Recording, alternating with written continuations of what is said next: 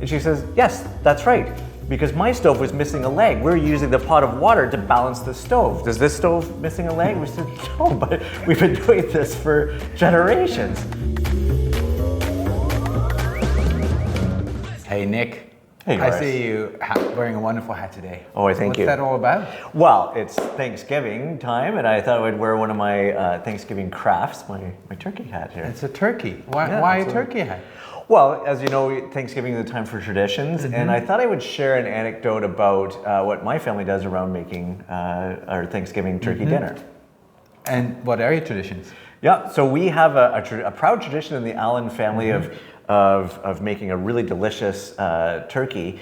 And I want to share with you a story that happened some time ago in my family, and I use it as an example to my students and technicians that come into the lab.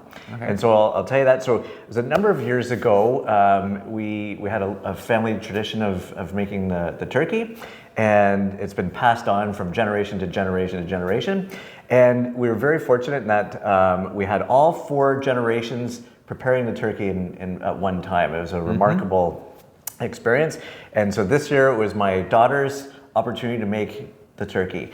And our turkey is just fantastic. Great responsibility. Great responsibility. Yeah. So the key thing is you put the turkey in a brine, you stuff it with this very special stuffing, and then you cook it. And one of the secrets is when we put the turkey in the oven, we have a big pot of a gallon of water beside it to keep it, nice and moist. And my daughter was putting in the turkey, and she put, this is her first time doing it, mind you, and she put the pot of water right beside the turkey.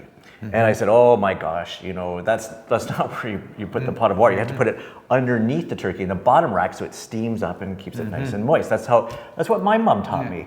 And in fact, my mom was right there. So I said, Mom, can you tell her daughter about how to do it? And she said, oh, no. The key thing that you're missing is you have to use an earthen pot, and it can't be right beneath. It has to be off to the side, you see. And that's what my mom taught me. It turned out that Granny was there, and Granny came up. She says, what?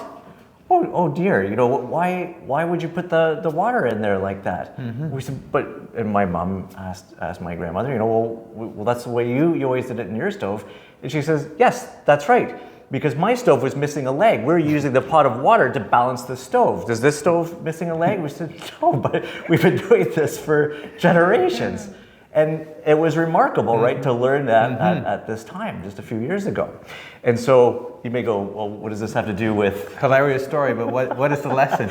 The lesson here is this, and I use this as a classic example, and that is when we're reading through a procedure or a set of instructions or IFU, is to go through it line by line as a new reader and understand why each step is there and why it is in there, because at some time, there may be some step that was put in for some particular reason. For example, a piece of equipment didn't operate properly, and so you had to calibrate it a certain way, and then that makes it through to different iterations of the procedure, but there's no need for it, so always ask questions. That's a very good lesson, very valuable lesson. I think so. All around preparing a turkey. All around preparing turkey.